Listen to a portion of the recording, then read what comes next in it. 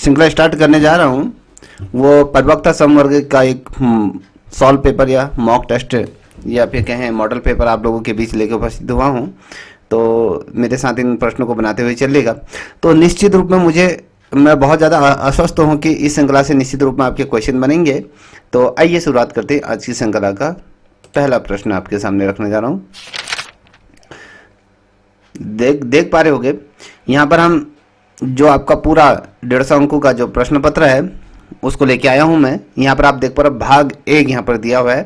तो शिक्षण अभिरुचि की हम बात करते हैं। चलिए स्टार्ट कर रहे हैं। पहला प्रश्न है, तो यहाँ पर आप बता सकते हैं कि प्रशासन के कार्यों में सूचना एवं संचार प्रौद्योगिकी का प्रयोग कहलाता है, क्या कहलाता है?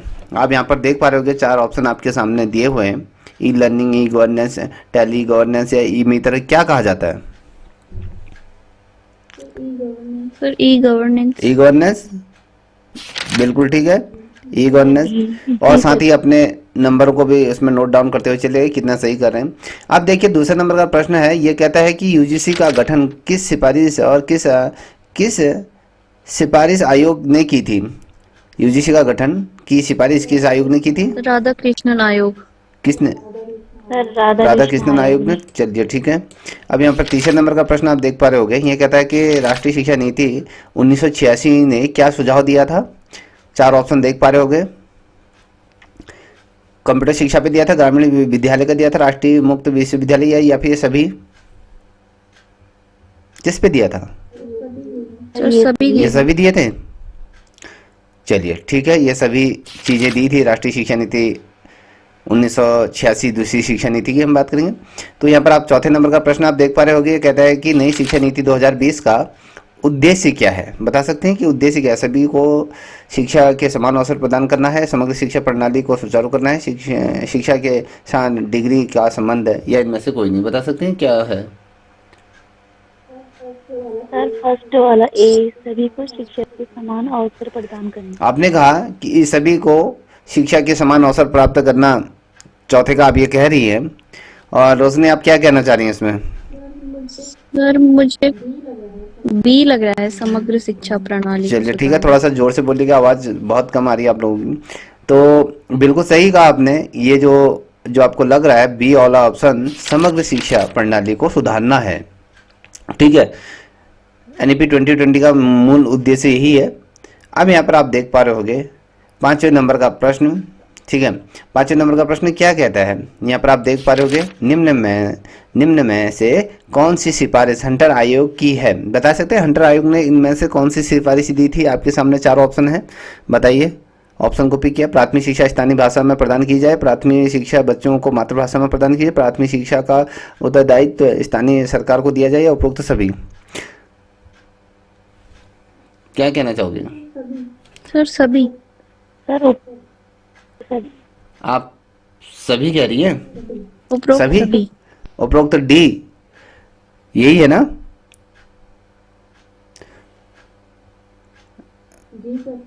जी चलिए, आप बहुत लेट में आंसर कर रही हैं। तो ये देखिए, जितने भी बच्चे देख रहे हैं आप लोग भी करते हुए चलेगा। इसकी जो सही उत्तर है ये, मगर ये गलत है। इसका जो राइट आंसर है वो कहता है कि ये प्राथमिक शिक्षा स्थानीय भाषा में प्रदान की जाए। ये जो हंटर आयोग था इसकी सिफारिश ये थी। ठीक है, अब बढ़ते हैं आगे प्रश्न। आप 6वें नंबर का प्रश्न आप देख पा रही होंगी। ये कहता है कि निम्न में से कोठारी आयोग की सिफारिशें हैं, क्या है? बता सकते हैं कोठारी आयोग की सिफारिश? पूरे देश में शिक्षा एक समान संरचना लागू हो, या सामान्य शिक्षा देने वाले 10 वर्षों में कार्य अनुभव पर बल देना है, या 10+2 के 50% छात्रों को व्यावसायिक शिक्षा देना है। तो इसमें से जो कूट है इनको मिलाइए, कौन सा सही हो सकता है? ए और 2, या 2 और 3? 1, 2, 3 तो क्या हो सकती हैं?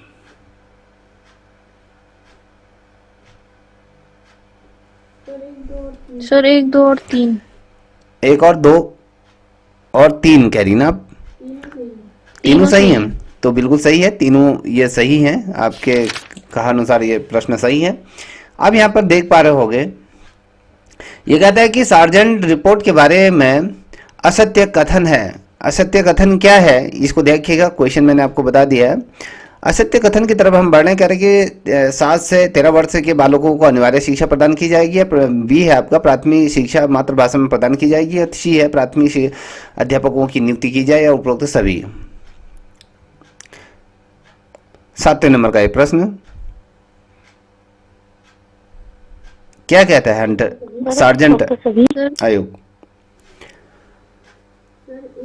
सर ए वाला गलत। ए वाला गलत है, बिल्कुल सही है।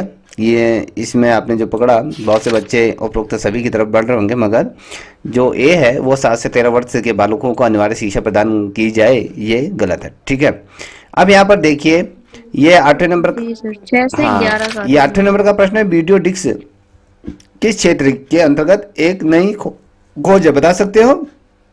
अब ये कंप्यूटर से रिलेटेड प्रश्न आपके सामने आने शुरू हो गए हैं।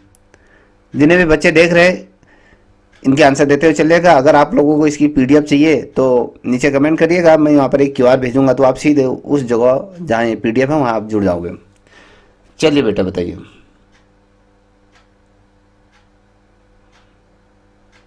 क्या हो सकता है?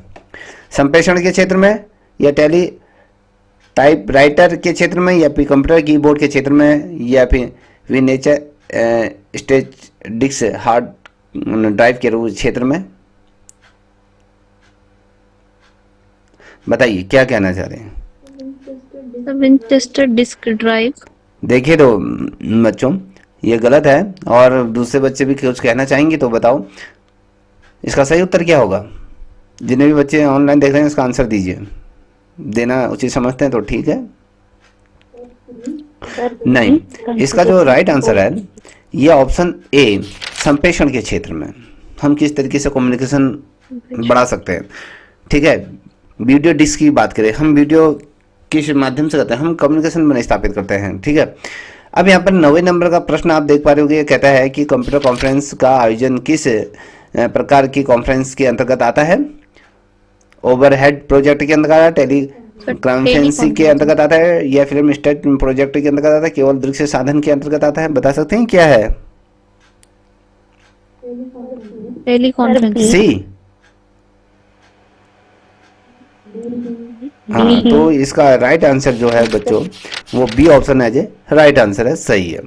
अब यहाँ पर आप देख पा रहे होंगे 10वें नंबर का प्रश्न है, संप्रेषण दृश्य साधन के अंतर्गत आते हैं। ये क्या आता है? फिल्म स्टेज प्रोजेक्टर आता है, वीडियो डिस्क आता है, टेलीविजन आता है, या टेप रिकॉर्डर आता है? चलिए बताइए। Sir film strip project. Film step project, ये कहना चाह रही है option A? Ji ji option A कह रही हैं, तो बिल्कुल सही है। ठीक है, अब यहाँ पर देखिए 11 नंबर का प्रश्न है।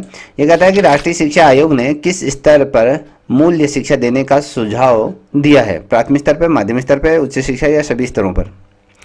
चलिए बताइए। कहता है कि राष्ट्रीय शिक्षा आयोग ने किस स्तर पर मूल्य शिक्षा देने का सुझाव दिया है, तो ये आप अपने प्राथमिक, उच्च, अगर हम बात करें माध्यमिक, तो ये सभी बताइए जल्दी से। चलिए इसका जो राइट आंसर है, सर नहीं, ये सभी स्तरों की बात में बात करता है कि सभी स्तरों में समान शिक्षा यहाँ पर दी जानी चाहिए। अब यहाँ पर देखिए 12 नंबर का प्रश्न है, किसने समस्त सामाजिक आदर्श नियमों को 3 कोटियों जन रीतियों, रूढ़ियाँ जो रूढ़ियाँ हैं और कानून में विभाजित किया? बताइए। मैकाइवर तथा पेज है, या फिर आर वीर स्टडी है, या समनर है, या के डेविस है? बता सकते हैं? जल्दी आंसर दीजिए। आपकी आवाज बहुत कम आ रही है, तो सी ऑप्शन। तो इसका जो राइट आंसर है वो ऑप्शन बी है। ठीक है, आर वी स्टडी करके है, स्टिट करके, तो ये है। 13वें नंबर का प्रश्न आप देख पा रहे हो, प्रबंधन समिति की बैठक में प्राचार्य होता है, प्रधानाचार्य होता है या सचिव होता है, शिक्षक होता है, इनमें से कोई नहीं। बताइए बेटा, आपके स्कूलों में भी ये होता होगा, प्रबंधन समिति की बैठक होती होगी, बताइए। आ रहा है नहीं आ रहा है? सर प्रधानाचार्य। प्रधानाचार्य कह रहे हैं आप, ठीक है, आपने प्रधानाचार्य को पिक करा है। और लोग बता सकते हैं?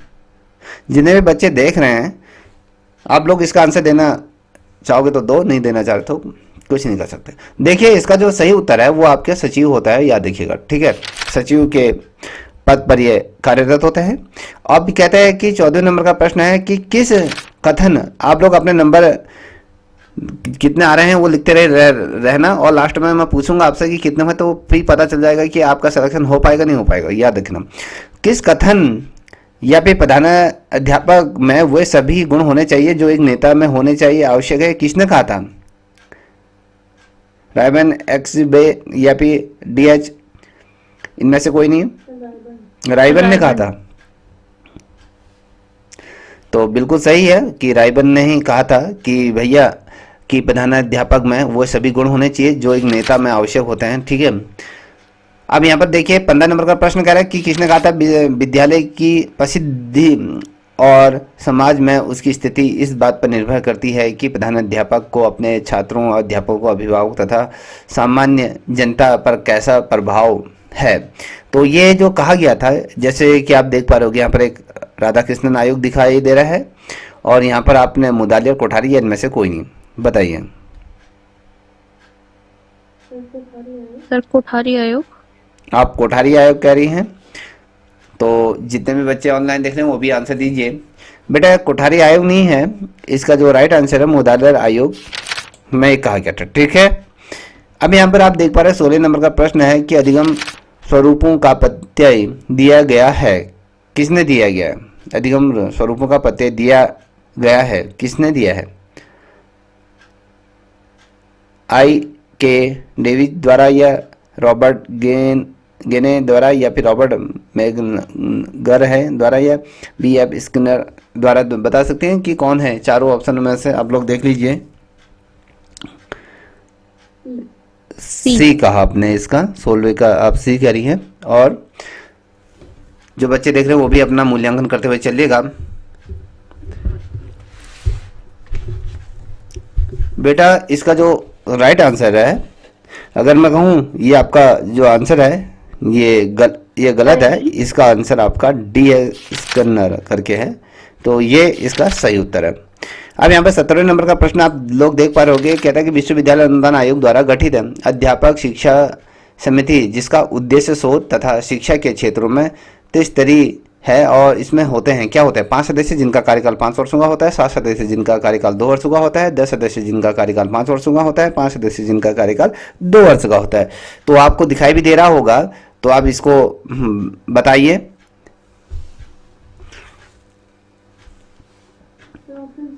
आपने कहा 10 सदस्य होता है और जिनका कार्यकाल 5 वर्षों का होता है, आपने सी को पिक किया है।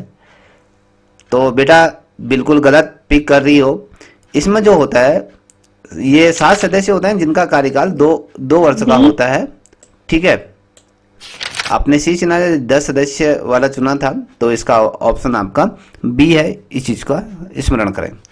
अब देखिए 18 नंबर का प्रश्न, किसके अभाव में शिक्षा की विधि सही तरीके से संपन्न नहीं हो सकती? तो ज्ञानात्मक प्रतिक्रिया, मनन प्रतिक्रिया है, संप्रेषण प्रतिक्रिया है, या फिर आपके जो इनमें से कोई नहीं? संप्रेषण प्रतिक्रिया, ठीक है। तो संप्रेषण प्रतिक्रिया जो सही उत्तर है। अब यहाँ पर देख पा रहे होंगे 19वें नंबर का प्रश्न है, ये कहता है कि अध्यापन के क्षेत्र में गुणवत्ता के उपरोक्त विकास के लिए राष्ट्रीय अध्यापक शिक्षा परिषद ने किसकी आवश्यकता माना है? बता सकते हैं? सशक्त अध्ययन, एकाग्रता, या कौशल एवं प्रतिबंध तैयार, या जागरूकता? बता सकते हैं? Option C. Option C as a right answer, कौशल और प्रतिबंध ठीक तैयार। है। मुझे लगता है ये 2 ऑप्शन आपने देख लिया, क्योंकि मैंने यहाँ पर वो टिक लगाए थे, तो इस वजह से आपने उसको, जहाँ तक मुझे लगता है। तो चलिए 20वें नंबर का प्रश्न है कि व्यक्तित्व का मनोसामाजिक सिद्धांत किसने दिया था? अब आप देखिए इस तरीके से प्रश्न आपके बनेंगे। कहता है कि जो व्यक्तित्व का जो मनोसामाजिक है वो सिद्धांत दिया किस व्यक्ति ने दिया था? यहाँ पर मोरे है, रिस्कन है या सुलीन वन है या फ्रोमेन, बता सकती है कौन है? 20वें नंबर का प्रश्न। सर ए मोरे। मोरे कह रहे हैं, और थोड़ा सा जोर से बोलिएगा, कोई कुछ नहीं होता, थोड़ा जोर से बोलिए, मुझे आवाज नहीं सुनाई देती। चलिए, सर एरिक्सन। एरिक्सन, एरिक्सन के बारे में बात कर रही हैं हम। तो इसका जो सही उत्तर है वो आपके सही कहा आपने, ठीक है, option B as a right answer है। अब यहाँ पर आप देख पा रहे होंगे कि भारत में मनोवैज्ञानिक प्रशिक्षणों का जो मापन किसने प्रारंभ किया था? थैंडाराउस या ईबल है या राइस है?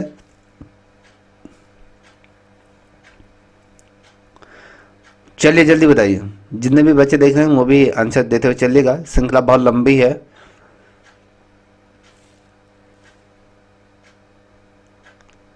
चलिए, नहीं आ रहा है तो इसका जो सही आंसर है वो ऑप्शन डी है, सी राइस करके है। तो यहाँ पर आप देख पा रहे हो 22वें नंबर का प्रश्न, कक्षा में संप्रेषण की सबसे शक्तिशाली बाधा है, क्या हो सकता है? बाहरी हस्तक्षेप है, कक्षा में शोरगुल है, या कक्षा न शिक्षक के स्तर पर भ्रांति है, या शिक्षण सामग्री का अभाव है? जल्दी बताइए।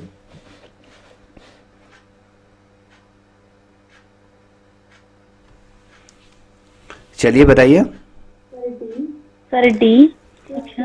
सर सी। आपने इसको सही पिक किया है, तो बिल्कुल सही है। शिक्षक के स्तर पर भ्रांतियां होती हैं, तब जाके कक्षा में जो संप्रेषण होता है वो सबसे शक्तिशाली बाधा जो बनती है, क्योंकि अगर शिक्षक सही तरीके से ज्ञानवान नहीं है, वो अपने कॉन्सेप्ट को सही तरीके से क्लियर नहीं कर पा रहा है, तो बेसिकली बच्चे क्या करेंगे?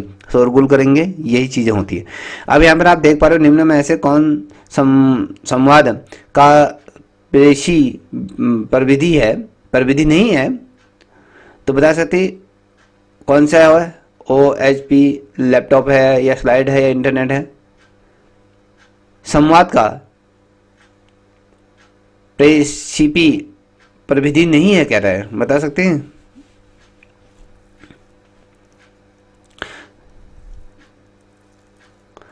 आंसर दीजिए फटाफट। सर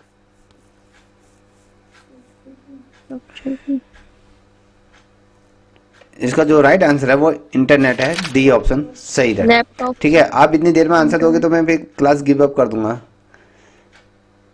देखिए 24वें नंबर का प्रश्न है, शिक्षण में श्रवण सामग्री का प्रयोग आपकी दृष्टि से कैसा है? तो यहाँ पर आप देख पा रहे होंगे इनके प्रयोग से अधिगम की दर कई गुना बढ़ जाती है। इसका प्रयोग शिक्षण प्रतिक्रिया में सर ऑप्शन ए। यहाँ पर आप ये ऑप्शन को देख लीजिए, तुरंत मुझे बता दीजिए। आपने कहा कि 24 का आपका ऑप्शन ए है, तो बिल्कुल सही है। ठीक है, अब 25वें नंबर की तरफ बढ़ें। यदि कुछ विद्यार्थी कक्षा में अध्ययन की चित्तवृत्ति में नहीं है तो आप क्या करेंगे? तो उन्हें अध्ययन के लिए बाध्य करेंगे, उन्हें ऑप्शन डी कह रहे हो, उन्हें उनकी रुचि अथवा उनके अपने विषय के अनुसार क्या करोगे? चीज़ें बताएंगे, यही कहा ना आपने, तो बिल्कुल सही है। तो यही किया जाएगा अगर बच्चे शोरगुल कर रहे हैं। अब ये 26वें नंबर का, जब संदेश प्राप्त करने वाला व्यक्ति संदेश प्राप्त करने के पश्चात संदेश देने के लिए पास प्रेषित करता है तो उसे क्या कहा जाता है? संदेश का स्रोतक या संप्रेषण का माध्यम कहा जाता है, पृष्ठपोषक कहा जाता है, संदेश ग्राही कर्ता कहा जाता है, क्या कहा जाएगा?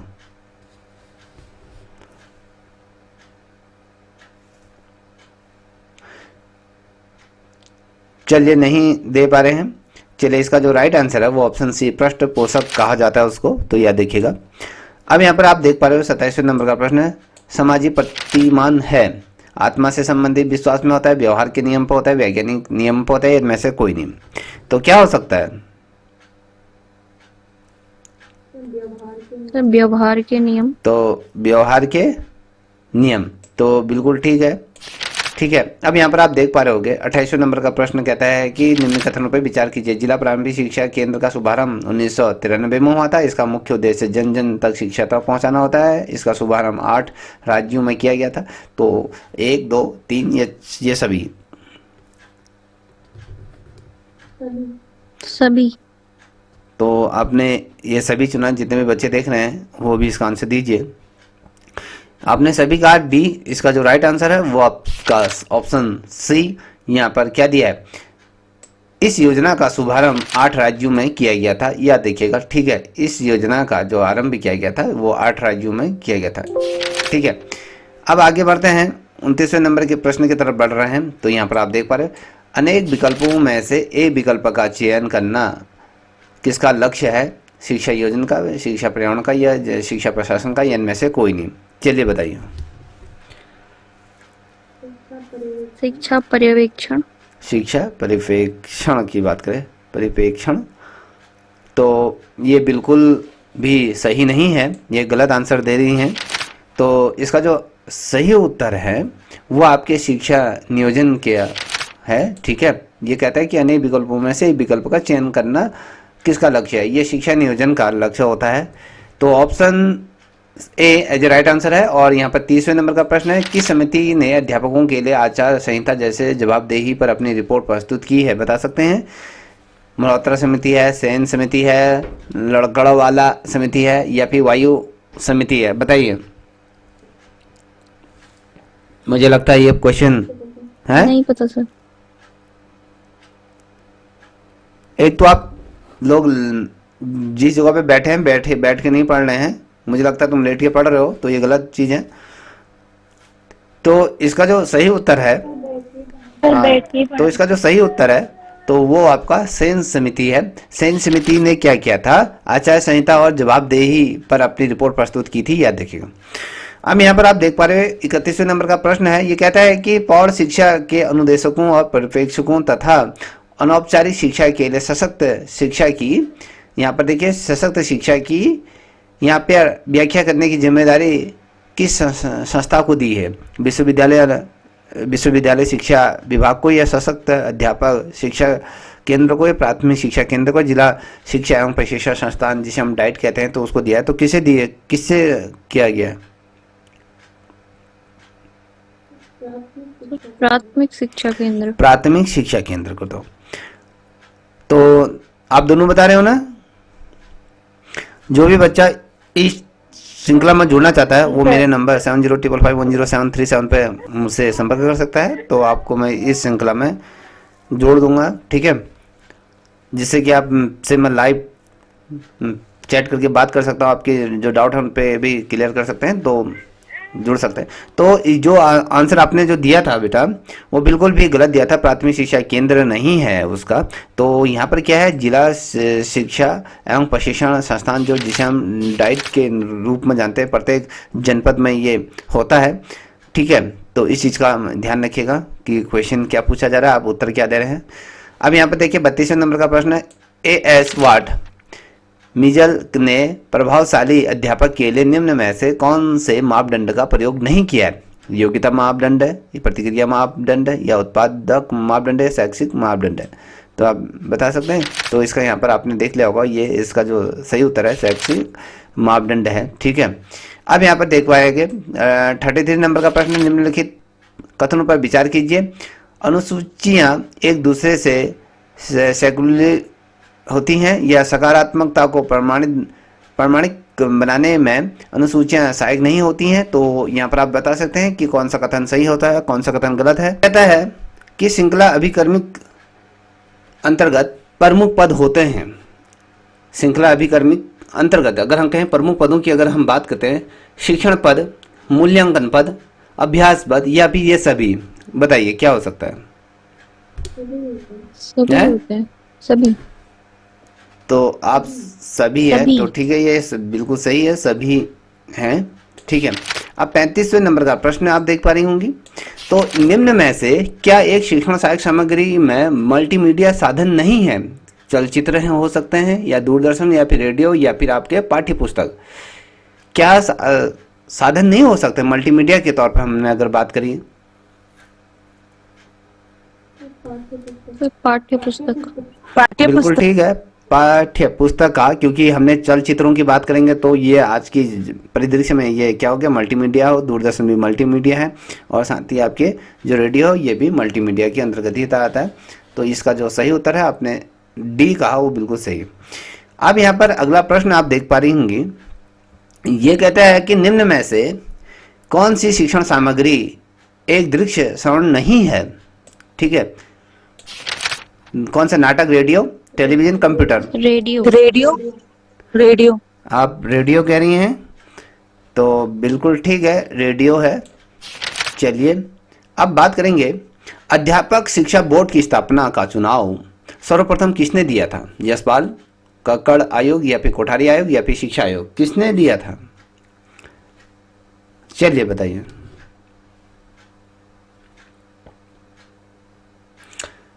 कोई एक को पिक करो। अध्यापक शिक्षा बोर्ड की स्थापना का चुनाव सर्वप्रथम किसने दिया? हमने कहा यशपाल आयोग ने दिया या कक्कड़ या आयोग है, कोठारी आयोग। तो आपने कोठारी आयोग को पिक करा। तो इतना समय लगता है इसको पिक करने में? 4 ऑप्शन दिखाई दे रहे होंगे। अब यहाँ पर 38वें नंबर का प्रश्न है कि बालक की कमजोरियों का पता लगाने के लिए प्रयोग किया जाता है, क्या किया जाता है? मापीकृत परीक्षण किया जाता है, उपचारात्मक परीक्षण किया जाता है, निबंधात्मक परीक्षण किया जाता है, निदानात्मक परीक्षण किया जाता है। कौन सा परीक्षण से पता चला जाता है कि बालक कमजोर, जो बालक की कमजोर? निदानात्मक। ऑप्शन डी कह रही हैं, तो बिल्कुल ठीक है। चलिए अब आगे बढ़ते हैं। यहाँ पर आप देख पा रहे होंगे 39 नंबर का प्रश्न, निम्न में से कौन सी परिमाणात्मक मापन की विशेषता नहीं है? शून्य बिंदु है, आत्मनिष्ठा है या वास्तुनिष्ठता है, या फिर ये कहता है डी, यहाँ पर देखिए निश्चित एवं पूर्ण मूल्यांकन न पूर्णतः मूल्य की इकाइयां क्या है। चलिए जितने भी ऑनलाइन, जितने भी बच्चे जुड़े हैं, जितने भी बच्चे देख रहे हैं, वो भी आंसर देते हुए चलेगा। चलिए, नहीं आ रहा है तो इसका जो ये कह रहा है कि मापन की विशेषता नहीं है, वो आत्मनिष्ठा, ये क्या है, मापन की ये विशेषता नहीं है। अब 40वें नंबर का प्रश्न आप देख पा रहे होगे कि आप ऑनलाइन फॉर्म भर रहे हैं और डाटा सर्वर में स्थानांतरण कर रहे हैं, तो यह कहलाया जाएगा, क्या कहलाया जाएगा? बता सकते हैं? आप तो फॉर्म हम भरते होंगे, हैं? Uploading. Uploading. Uploading, downloading, uploading. Navigation या फिर सर्फिंग। तो आपने कहा अपलोडिंग कहा, तो बिल्कुल ठीक है, अपलोडिंग ही किया जाता है, हम डॉक्यूमेंट अपलोड करते हैं। ठीक है ना। अब आगे बढ़ते हैं। अब हमारा जो टीचिंग एप्टीट्यूड से रिलेटेड था, जो आपका पहला भाग था, वो कंप्लीट होता है। अब यहाँ से 40 नंबर के प्रश्न आते हैं। आपने खुद देखा था, तो आपने 40 नंबरों में से कितने नंबर गेन करे हैं, तो ये आप खुद इस चीज़ को पता होगा। अब सामान्य अध्ययन के प्रश्नों की तरफ हम अग्रसर हो रहे हैं। तो यहाँ पर देख पा रहे हो, कहता है कि पूरे भारत में सूचना अधिकार अधिनियम कब लागू हुआ? 2005 का जो लागू तक किया गया था, कब लागू किया गया था बताइए? 5 अक्टूबर 2005, 12 जून 2005, 12 जुलाई 2005, 11 जुलाई 2005। बताइए कब किया गया था? ये वाला राइट टू इंफॉर्मेशन 2005। कोई आइडिया? मेरी आवाज आ रही है?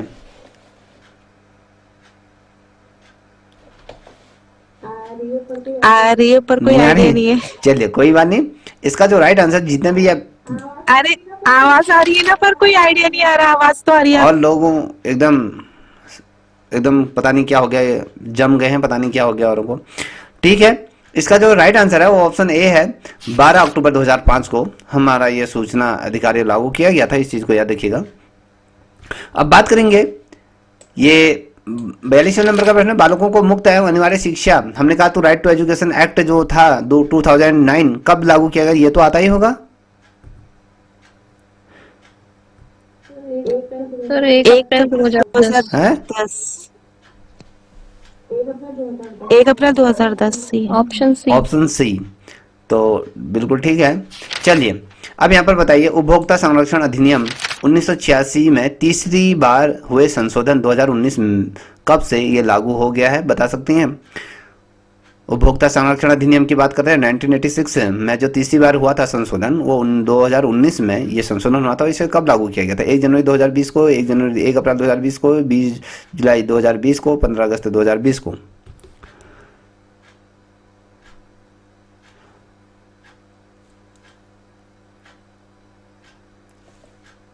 Answer tell me now. चलिए नहीं आ रहा है तो आप पिक भी नहीं कर पा रही हैं, तो ये तो बड़ा शर्म की बात है। तो यहाँ पर जितने भी ऑनलाइन बच्चे देख रहे हैं, आप लोगों का कमेंट का आंसर अभी मैं नहीं दूंगा, क्योंकि आप लोगों पे भी जो भी आंसर दे रहे हैं वो देते चलिए।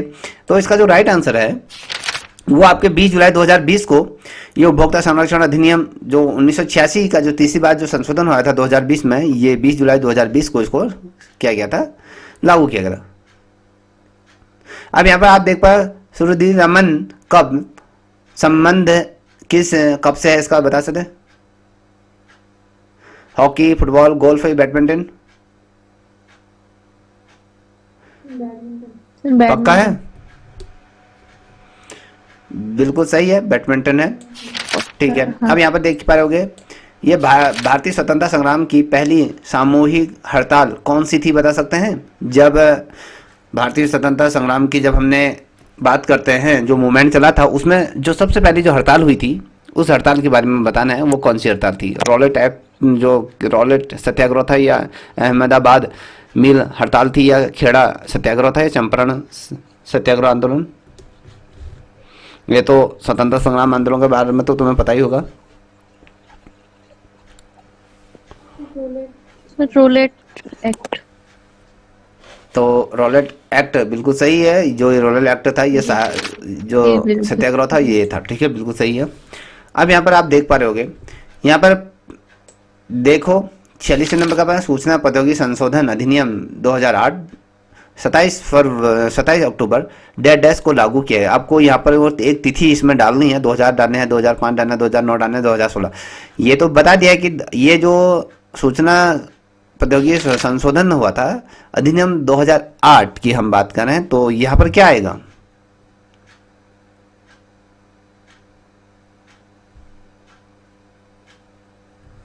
बताइए।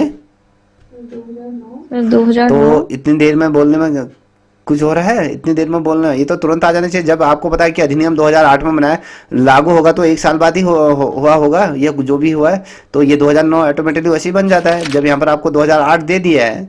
ठीक है। अब यहाँ पर 47वें नंबर का प्रश्न आप देख पा रहे हो, भारत सरकार के फसल विकास कार्यक्रम हेतु विकास के अंतर्गत किन वाणिज्यिकृत फसलों का समूह आता है, बता सकते हैं? कि जब भारत सरकार के फसल विकास कार्यक्रम के अंतर्गत हम जब बात करते हैं वाणिज्यिक फसलों का, तो वो कौन सा समूह है? जो जूट, चाय, कॉफ़ी, या चाय, कपास, रबड़, या कपास, जूट, गन्ना, चाय, कॉफ़ी, मसाले? आपका ज्योग्राफी से रिलेटेड प्रश्न आ चुका है, बताइए। ज्योग्राफी का है,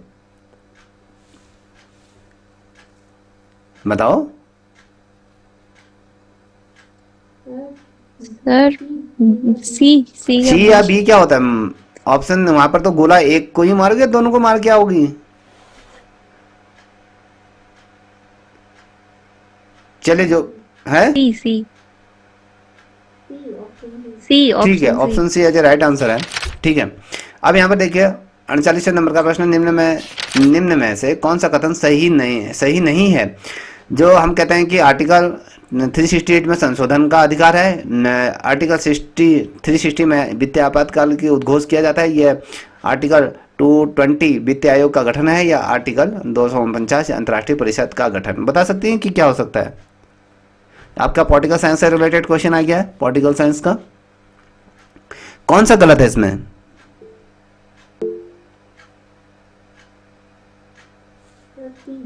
सर सी।